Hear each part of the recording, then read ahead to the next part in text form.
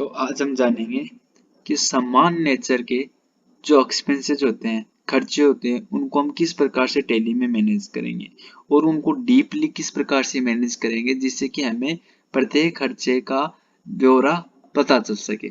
तो सबसे पहले हमें ये पता होना चाहिए कि भाई खर्चे है वो कौन सी कैटेगरी में आएंगे, यानी कि जो उनका नेचर वो पता होना चाहिए। जैसे कि हम ले लेते हैं कि हमारे पास दो प्रकार के खर्चे आते हैं रेंट से संबंधित कितने खर्चे आते हैं? दो प्रकार के खर्चे आते हैं।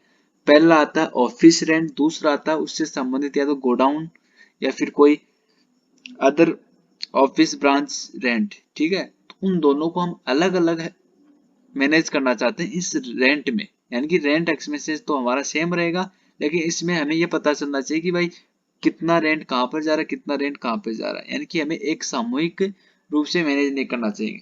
जबकि लेजर हमारी अपनी बुक्स में एक ही होगी रेंट की, लेजर एक ही होगी, लेकिन डीपली हमें मैनेज करना है। इसी प्रकार से अदर अलग कोई भी एक्सपेंसेस, जैसे न्यूज़पेपर का एक्सपेंसेस अपनी कंपनी में आता है, तो न्यूज़पेपर है वो दो प्रकार की तीन प्रकार की कंपनी में अक्सर आते हैं, जैसे इंग्लिश न्यूज़पेपर है, हिंदी न्यूज़पेपर।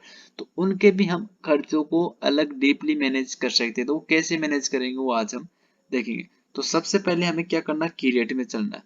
की रेट में चलने के बाद में यहाँ पर हमें ये मिलेगा यहाँ पर हमें चलेगा सो इनएक्टिव के बाद में यहाँ पर हमें कॉस्ट सेंटर मिल जाएगा। कॉस्ट सेंटर को हम क्या कर देंगे, यस कर देंगे। अब यहाँ पर हम कॉस्ट सेंटर की रेट कर लेंगे। जैसे कि मेरे पास रेंट एक्सपेंस है, तो रेंट एक्सपेंस एक तो ऑफिस रेंट आता है मेरा, प्राइमरी में रख लेंगे, और एक होता है गोडाउन एक्सपेंसेस।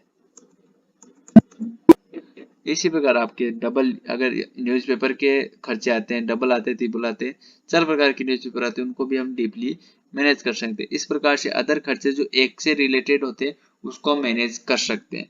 तो अब मैंने यहाँ पर खर्चे मैनेज कर दिए। अब हमारे पास मान लो कि हम मंथली पेमेंट करते हैं, ठीक है, तो मंथली किसी एक चेक से पेमेंट करते हैं, अलग अलग चेक से पेमेंट करते हैं, लेकिन पेमेंट करते समय हम क्या करेंगे, यहाँ पर पेमेंट ऑप्शन में आ जाएंगे और यहाँ से हमें बैंक या कैश से पेमेंट कर देना होगा। तो मेरे पास पहले से कैश बना हुआ, तो मैं यहाँ से कैश ले लेता हूँ या फिर बैंक। यहाँ से हमें जैसे कि हमारी जो नॉर्मल लेजर रहेगी वो क्या रहेगी, रेंट एक्सपेंसेज। इसका जो अंडर होगा वो हो जाएगा इनडायरेक्ट एक्सपेंसेज, और इसको सिंपली हमें क्या कर देना है, इसी प्रकार से एक्सेप्ट करवा देना। अब हम मान लो कि मंथली 12,000 रुपए रेंट के हम पेमेंट करते हैं।